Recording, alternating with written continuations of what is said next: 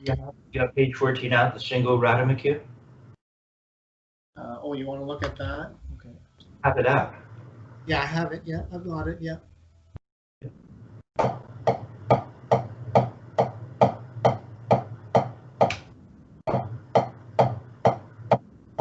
All right. So, as we know, there's a chronological order to this, what is the Murray Spivak Percussion Studio Library. Murray's thinking about teaching the motions via the 7 basic strokes. Or maybe he's teaching us the 7 basic strokes so we can learn the motions. But he's learning these very simple motions. Other techniques, there are other approaches. This technique is about making music through motions. And so, looking at, first of all, Murray would, on page 13, he introduces the Ruff. Or it could be considered a 3-stroke roll, right? Or a drag. And typically now as we discussed, now we're into, well, we're certainly utilizing the single stroke. As the speed comes up, we're making it up, but this time we're making it up with 2 notes to a down, which is an accent. And at this point now we're into not just turning our wrist twice for 2 notes, the appoggiatura, which becomes the but we're learning about the fulcrum that exists. Right? We have the fulcrum that is the wrist. We also have the ability to access a fulcrum in the hand. And we can discuss where that fulcrum might be. In this technique, typically, it's considered the first knuckle of the middle finger. Now, it's a narrow fulcrum, 3-finger grip. Carlos would say, well, it feels like, man, the fulcrum is in between the first finger and the middle finger.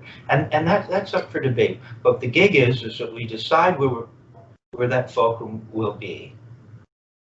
And then we maintain it. The gig is we want to turn our wrist, real simple.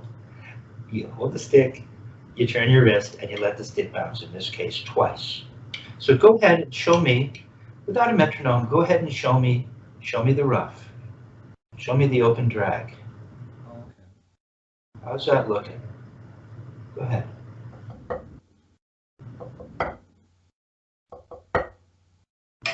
Let me slow it down a bit.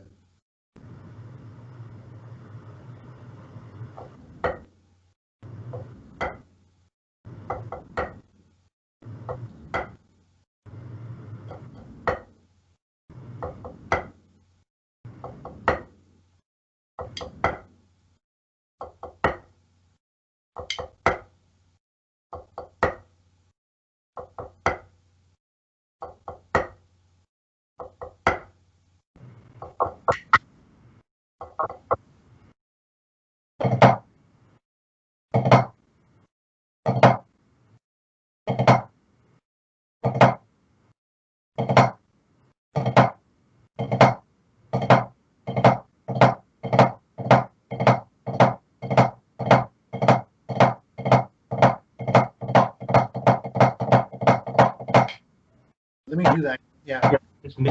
What's that? No, yeah. I actually wanted to kind of tighten up the appoggiatura a little bit.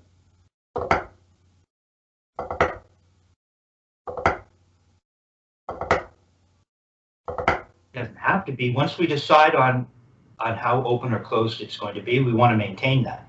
Try to keep it consistent from hand to hand. It could be that, or it could be.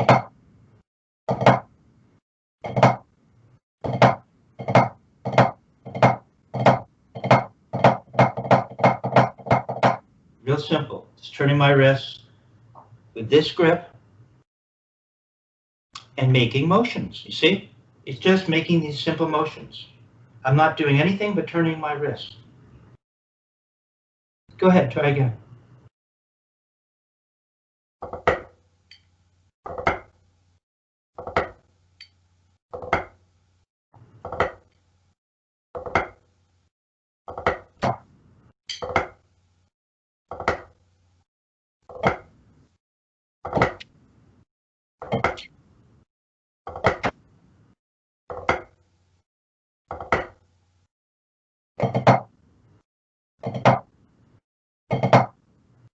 All right, go ahead and put the metronome on at 40. Get it there.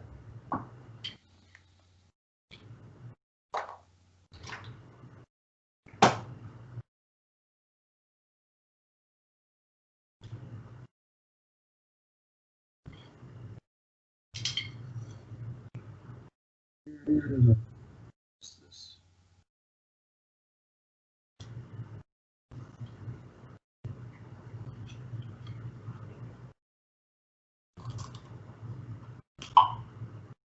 Okay, here we go.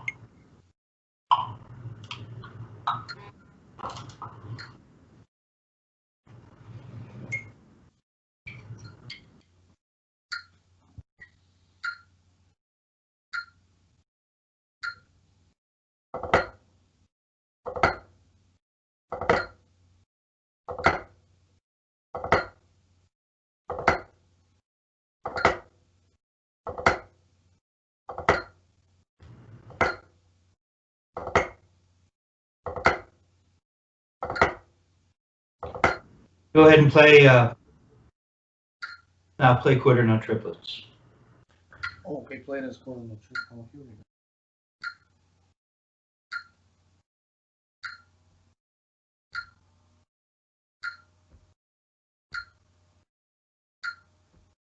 One triplet, two triplet. Here we go. Three triplet, four triplet. And two, and one, I got two, and two triplet, three triplet, four triplet. Ah. okay, first you have to count it. First, interesting. You've got a minute time. Go ahead, you count it out loud. Okay.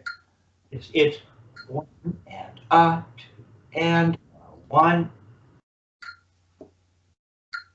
and one and two and one and two and one. That's all it is. Go ahead. One and two and one, two and one and two and one and two and one and two and one and two, one and two and one and two and one and two and one and. Look how relaxed it is. One and two and one and two and it's nothing. Now the other thing that I'll point out is it's really important how we count. You know, that's why Richard Wilson would write all these kind of avant-garde, very modern kinds of exercises that wouldn't allow you to always hear the one with the downbeat. The metronome wasn't always. He'd have you floating over the bar line so that you didn't polarize the one. So as soon as you go to count, you go one and two and one and two, and you're really you're in a sense vocalizing an accent on one and two. But that's not where we're going to be playing. We're actually playing one and two and one and so. You create sort of a neutral canvas in a sense by counting evenly. That's why he didn't like one E and he wanted to sound one and okay. And we decide where we're going to place our notes and where the accents are going to be, where what where the stroke lands relative to the metronome and the counting. So what we're doing is we're just going to count 1 and 2, and if anything, I would be, if I were to go to play this and to help myself, I'd be thinking about where I'm actually within the counting, where would the accents be? Exactly. 1 and 2 and that's how I'd be counting if I wasn't going to count completely flat. Yes, yes. Right? When you want to when you're making a decision about the quality of a speaker system, right? The gig is you always put the tone controls to flat, so there's no coloration, and you really can hear what's going on with and make accurate comparisons, right? Without all these variables. So eliminate the variables. Just how you count is important. Go ahead.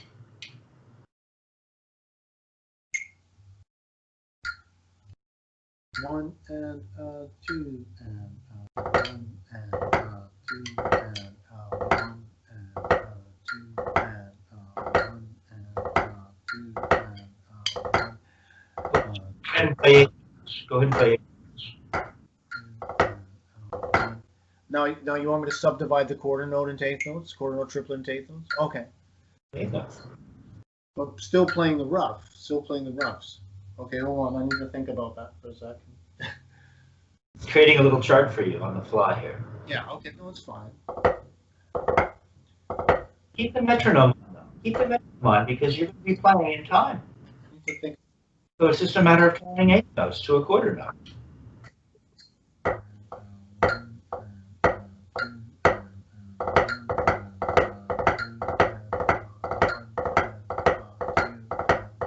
Wait. So if quarter notes is, we're at 40. Okay. So quarter notes is,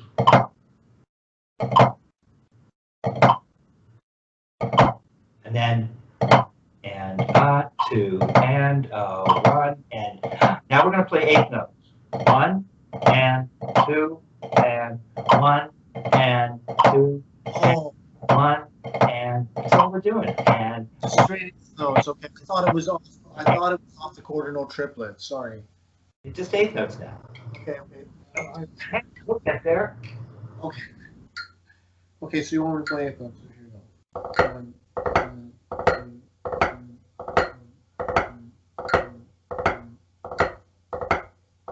Okay, now you can play triplets. Eighth note triplets? Yeah. Here you go.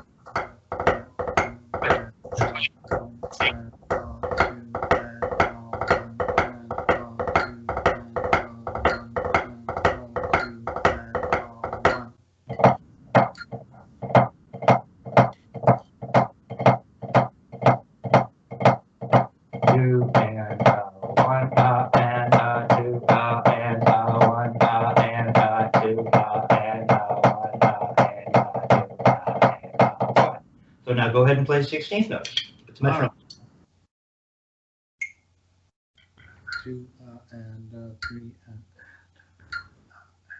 1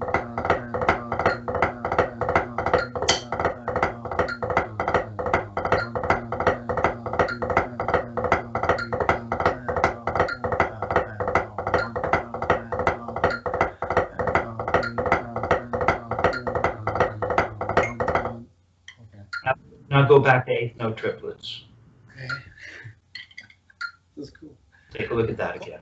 Okay, do you want me to play the 16ths again and then go, like, say, for 4 measures or 2 measures? Or? Okay, play eighth note triplets. Okay. 2 and 3 and 4 and 1 and 2 and 3, 4 and 1 and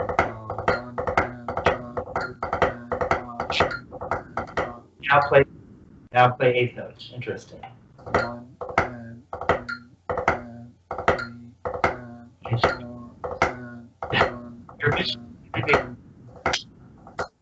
go, you're missing a really big part of the technique. You're moving more than you need to, right? Working harder than you need to. See,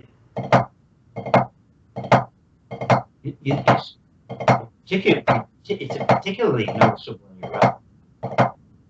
And we're going to start to talk more about the theory.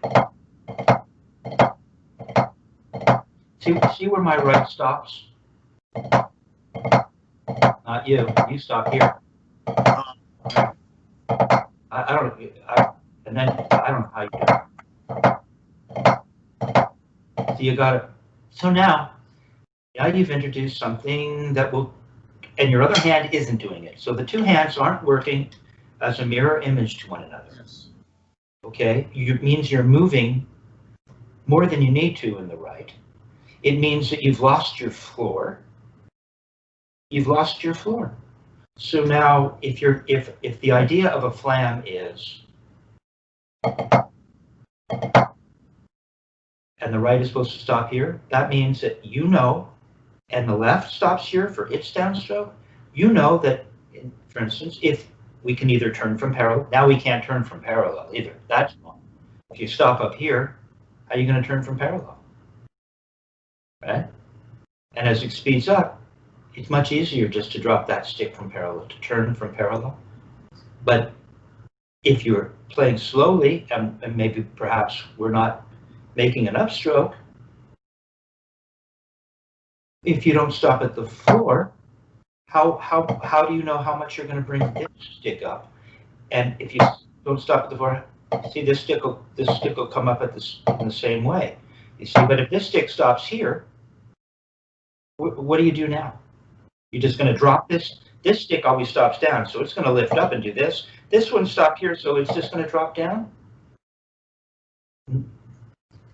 So you need to establish that floor and then always come back to it. Yes. Just go ahead and put the metronome back on. If you can play eighth notes, keeping that in mind.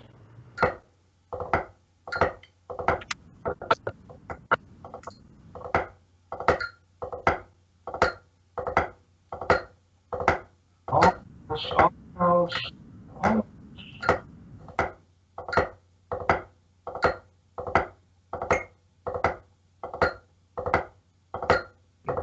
Go ahead and play it.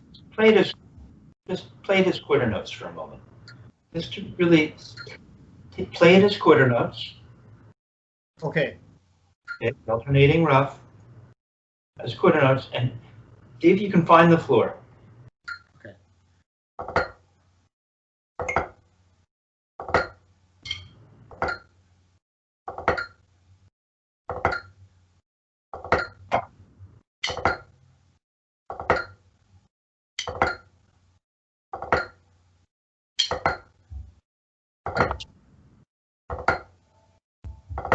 Okay, now let's talk. See, by acknowledging the importance of the floor, it changed your downstroke as well.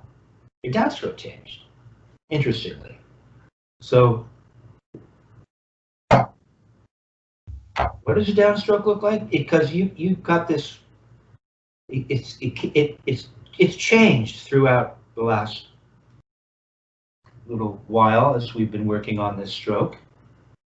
What is it? See, now both hands look pretty similar. They're both kind of palm down, right? Not bad. And show me what a downstroke looks like in the right.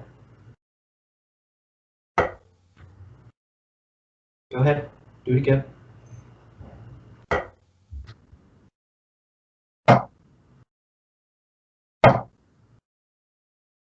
Copy me. Up, down, up, down.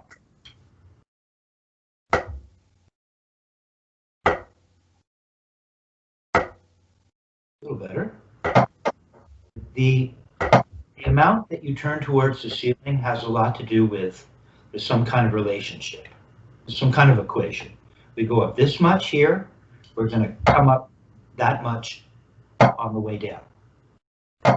Notice I say on the way down we're coming up, but I thought we were going down, and you say we're coming up. No, I'm coming up and we're going down. Not going down and I'm coming up.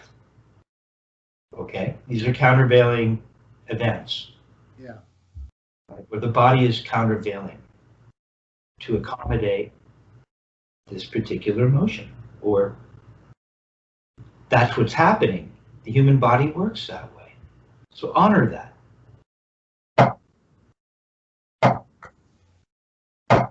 This is that idea. This is that idea in what? If I exaggerate the throw with regards to if I'm going to come up this high and I do this, I'm throwing the energy behind me.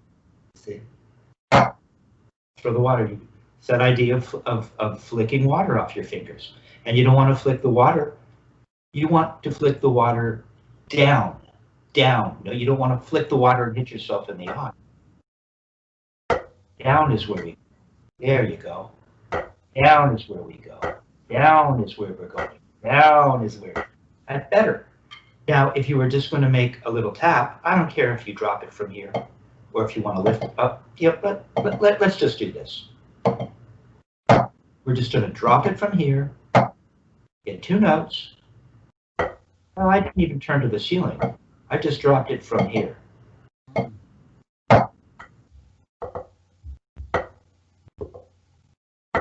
No, not quite. Not quite. I'm kind of, in a sense, I'm capturing the momentum. Once I get this thing in motion, once I put this thing in motion, see, I'm going to follow that up. It's already happening. It's done. Once I'm here, now I gotta follow it up. But what am I going to do? It's all one smooth. Look, here's a throw. Here's a regular throw. And now, remember, Murray, you're so close to the surface, you can't help but make a note, or notes in this case. Just check it out. Just watch it for a second. I'm turning my wrist and following it up and making that throw. You really have to stop at the floor for that to happen. Always the same distance from the floor to the surface. If you always stop at the floor. There you go. There you go. There you go. Better. Come on, once you bend, you keep moving. Exaggerate, turn to the ceiling and throw water in your eye. Bend forward, no, bend forward and follow it up. You had it there for a minute. Oh, don't lift it to the ceiling right now. Just bend forward. Just come up to here? No, but I was talking about just from here. I'm not lifting it to the ceiling to make a note. I'm just bending forward. Capturing momentum. This helps you do that. You really feel the momentum. You can, once you sit in motion, you just follow the stick. There it is. No, don't lift it up.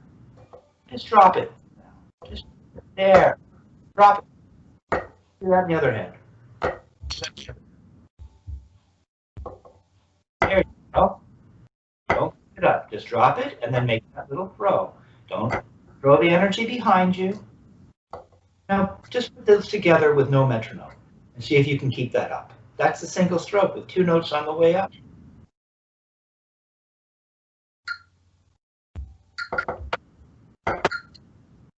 Well, I didn't want the metronome on. No. I just want you to capture that feeling. Okay. And put the 2 hands together with that feeling in each hand.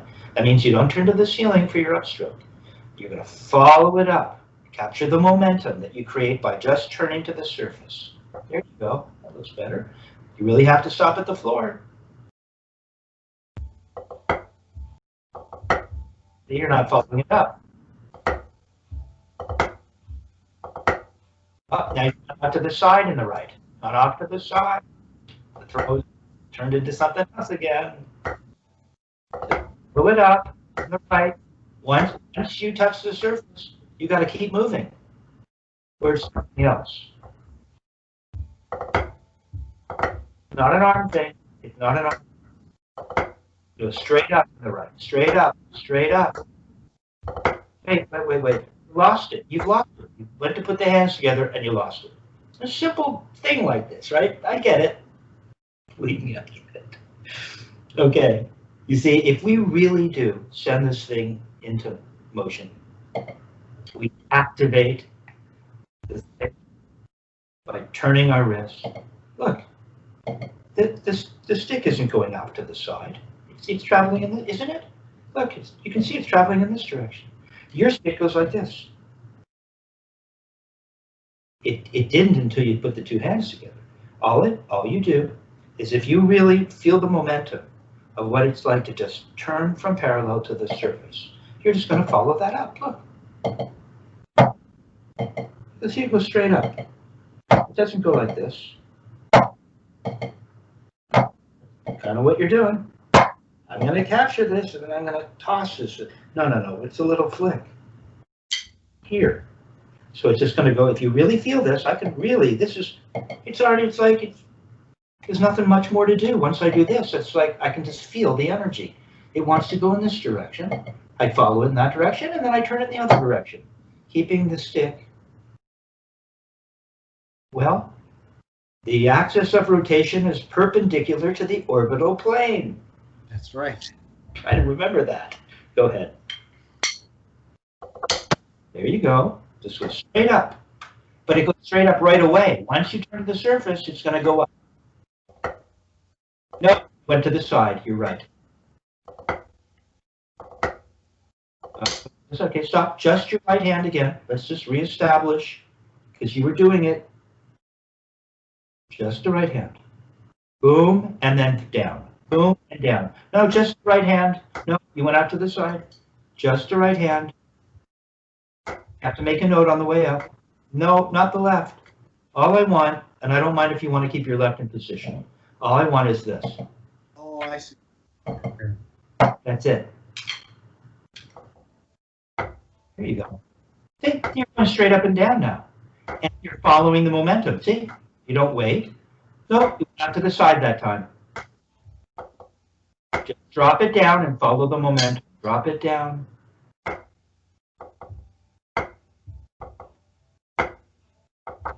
That's more like that. There. Now just add the other hand. That in the other hand. If you do that in the other hand, the whole thing will work out. It really will. Here, you just go back and forth. There you go. That's all. Nope, went to the side. You got to feel the momentum of dropping it from parallel. Follow the direction that is first created by turning properly. It will send you up more effortlessly. Better.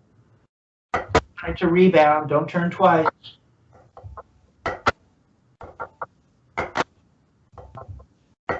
Okay, that's cool. You've created a new exercise, but can you put it together and make it play a Ruff? Okay. Using that motion. But we're not turning to, why are you practicing that when really, if you were going to really wanted to practice what you're about to try to accomplish, it drops from here. See? We'll just do that. See? Watch. Watch. Look, see? See how my wrist wants to go up? I don't have to follow it up. But you can see there's a little flexibility here. I'm just going to follow this up. That's all it is. That's what you'd want to practice. Yeah, now put the hands together and play an alternating drag. There it is. After you make your da-da-da, after you play the appoggiatura, you want to follow it up. So now we've opened up the appoggiatura a little bit, haven't we?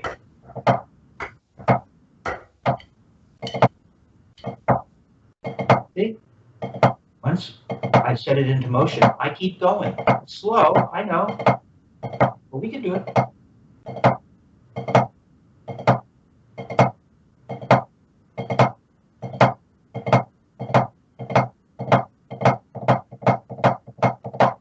It's just this thing. That's all we're doing. Just making this motion.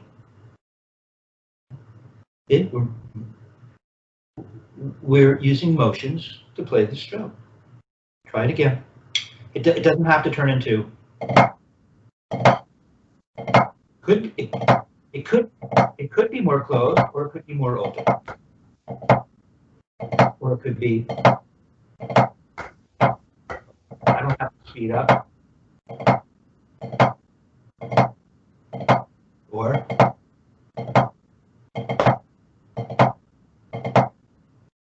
but decide. But we're trying to turn this into a single stroke, so it means you have to keep moving. Up. You're not picking it up in the right. You're waiting. Now you're going out to the side. No, it goes up now. Now.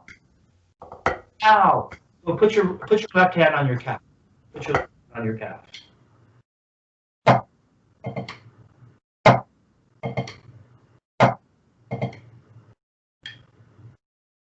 Down on your calf. Down on your calf. Now relax your arm. Keep moving. You make those two notes, it keeps moving. And straight up. Off to the side. There you go. Straight up. Don't have to turn too high to the ceiling. It doesn't have to be a huge motion.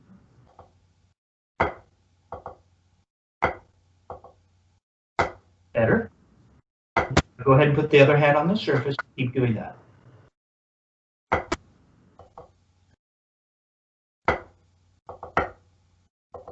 Not moving. Got to keep moving. As soon as you turn your left, no, not out to the side, straight up. There it is. Keep moving. There it is. There it is. Where's the little throw on the left? It's going to go straight up. And as soon as you play those notes, it's going to keep moving. Doesn't wait. Out to the side, to the right, straight up to the right. Okay. Right, so I'll write out that little chart for you because it was a challenge for you. Right? We're trying to keep all this stuff together. We're trying to learn how to stop at the floor so that we can do what you just did. Because we don't stop at the floor, how can we turn from parallel? Exactly. Stop here. Now, we want to turn all that way? No, the idea is we establish a floor, and then we turn from half an inch parallel bead to butt end from the plane surface.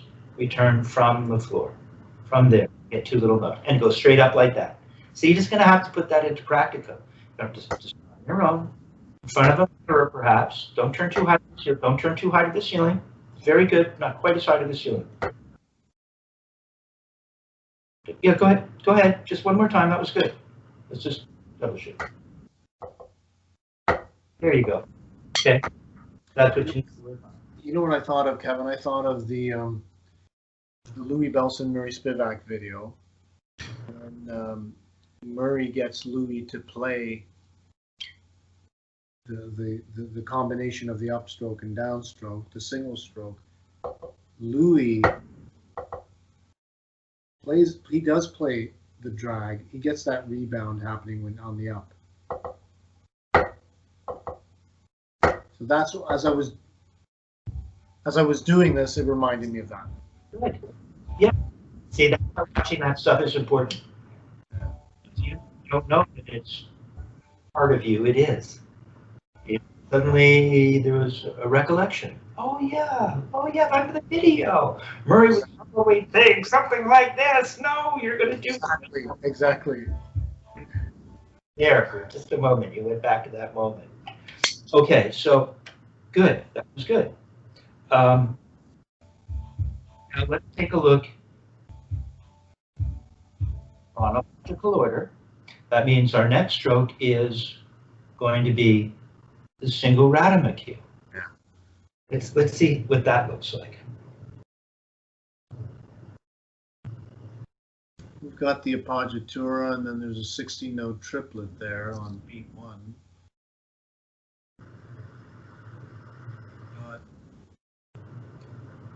On the end of 1 there, we've got an 8th note. I see. So how we, with this technique, He's teaching us the motions, strokes. He's teaching us the 7 basic strokes through the single Ratamacue now. Okay, so how are we going to play that first appoggiatura? What will that be? You don't need to do it. You don't need to do it. You should be able to articulate it verbally before you actually put stick to surface. Well, that would be, I'm assuming,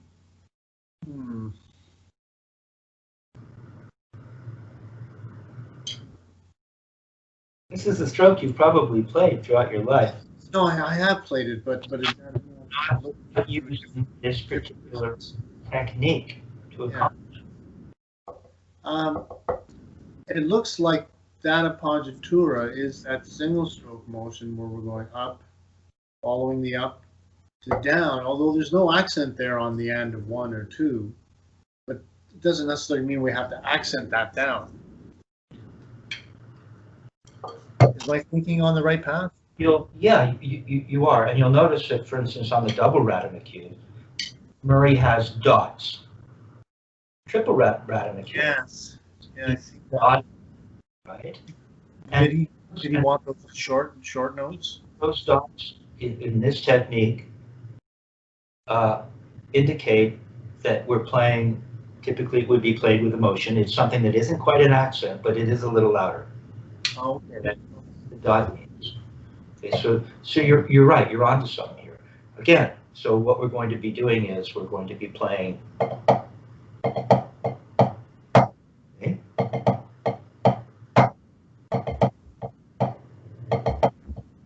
Let's see, hold on. Oh, maybe not.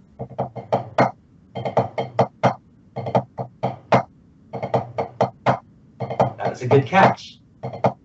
Okay, so it's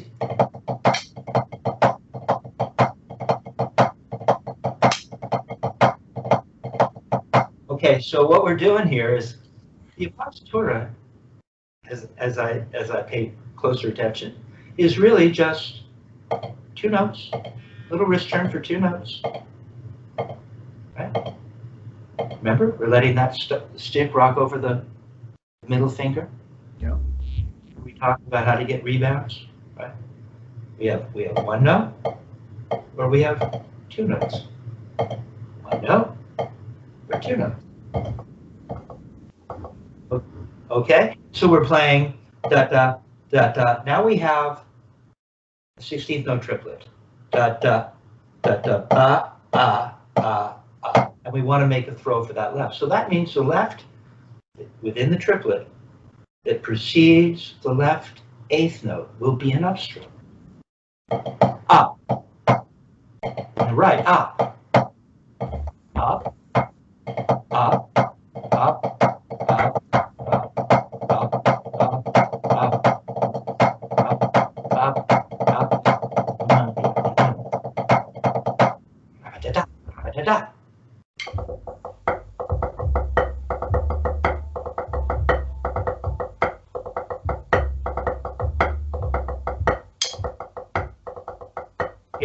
Looking to do. You getting there? That's it. See how easy it is? You're just making these motions. It's really quite simple. With regards to, for instance, what we're just working on, the Ruff, the drag, or the 3-stroke roll, right? We're not using fingers, doing all this stuff. It's just this motion. It's this motion to this motion. This motion to that's all it is. Motion, motion, motion. It's really very simple, right? Now we're making motions here. It's just guiding this stick. I guided from the wrist over a focal. You move in a particular way. We accomplish, without a lot of effort, playing the single Ratamacue. And it's just essentially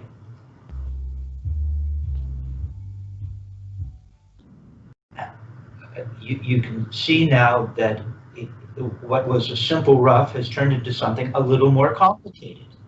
But we're still taking advantage of the motions that we've just learned via the Ruff. Okay, so let's see. Where would we play this? I wanted you to play it slower.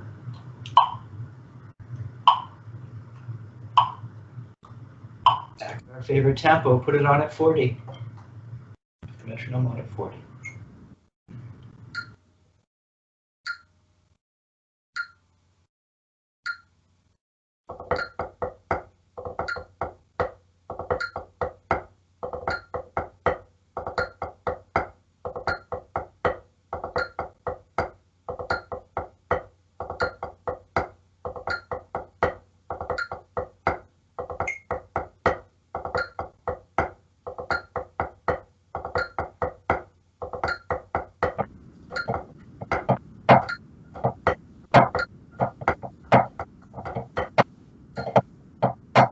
For fun, here's what I want. So I really want you to get in touch with these motions. I want you to raise and actually make an accent for that. Oh, okay. Okay, I'm gonna do that.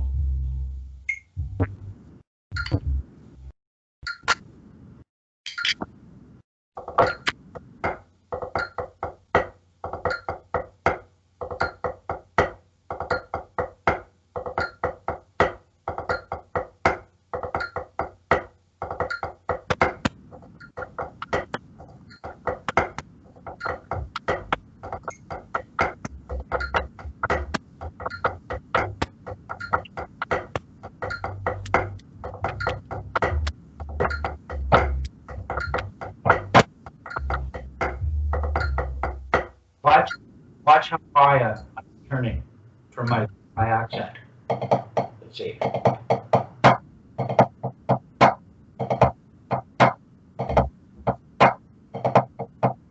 coming all the way up to here. Okay. Okay, I do that.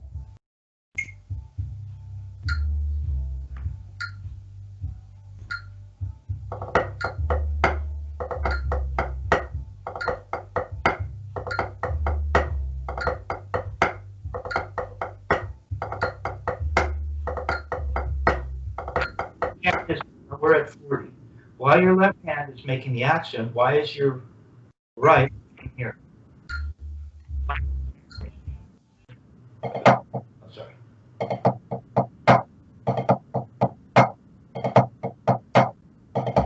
Here, wait here.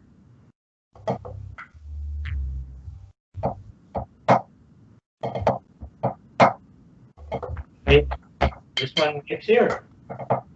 They wait at the floor. We're back to that. Finding the floor.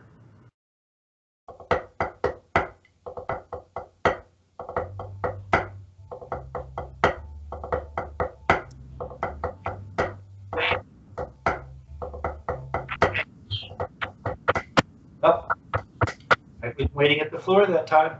Try it again.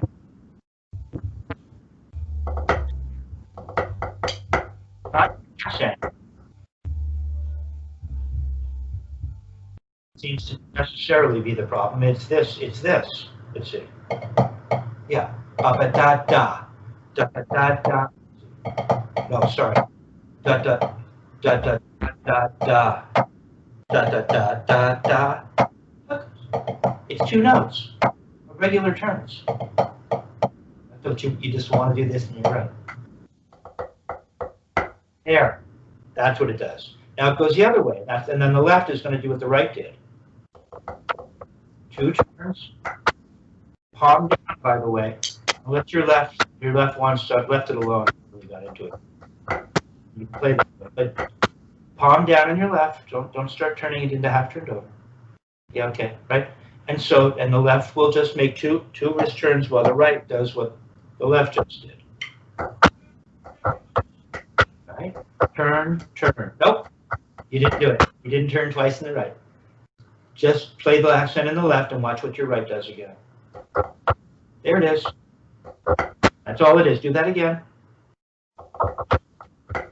Up. Don't lift that. Don't lift the right up. Don't go up. Right there. You lifted it up. It just goes tap, tap. See, it just stops dead. It just stops dead when I turn. Watch, it stops dead. See it stopping dead? Why does yours do this? Watch, yours does this. This.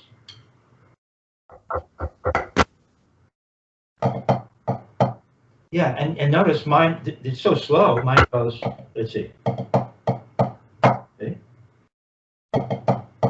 See, am I right? Even after the first note, it waits here. Look, it's waiting, look.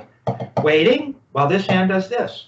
Waiting, waiting, waiting, waiting, waiting, waiting, waiting, waiting, waiting, waiting, waiting, waiting, waiting, waiting. See, I'm down here. Waiting. I'm not lifting that beat up and moving it around for no reason. Oh, you're not waiting at the floor. You're right. It's never waiting at the floor. There. Not how loud you play. It's just that it just stops right there at the floor. Waiting, waiting, waiting, waiting, waiting. So this is really like, this is your top speed right now because you have the propensity to not want to wait at the floor. Okay, but it's in the right direction. So now let's just make sure we really have identified where the up stroke occurs, right? Up, up, up, oh, sorry, up, up, up, up, up, up, up, up. Real snappy, real relaxed. Grip is in place. Go ahead. So go ahead and put the metronome up. Just put the metronome up to 152. Let's just see what it's like there. One note was 152. Well, we're at 40 now. No, just 52. 52. 2,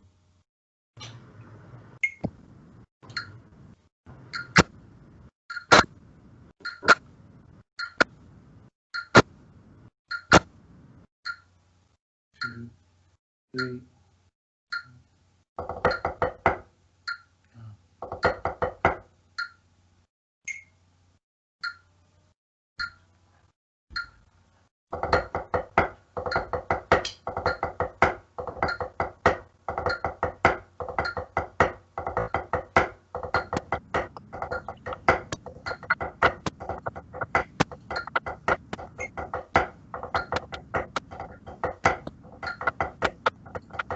You're right, waiting.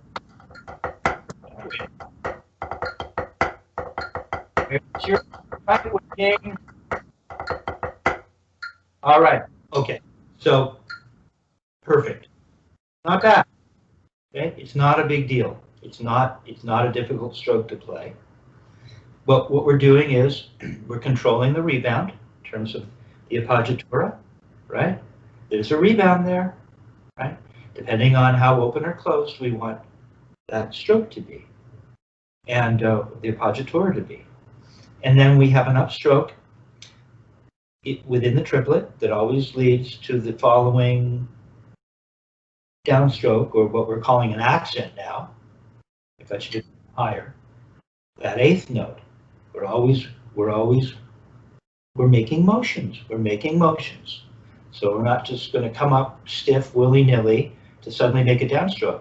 The note that precedes it is an upstroke. And so we smoothly transition, right? We smoothly transition.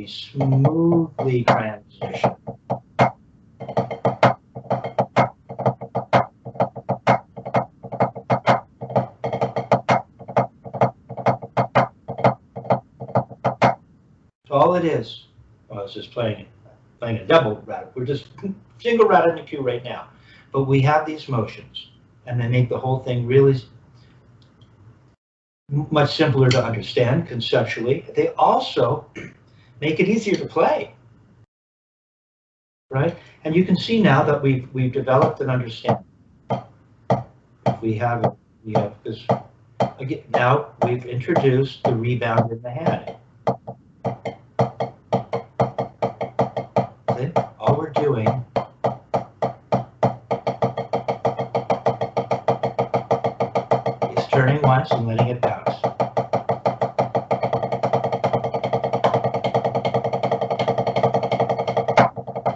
now we have, there's the upstroke again.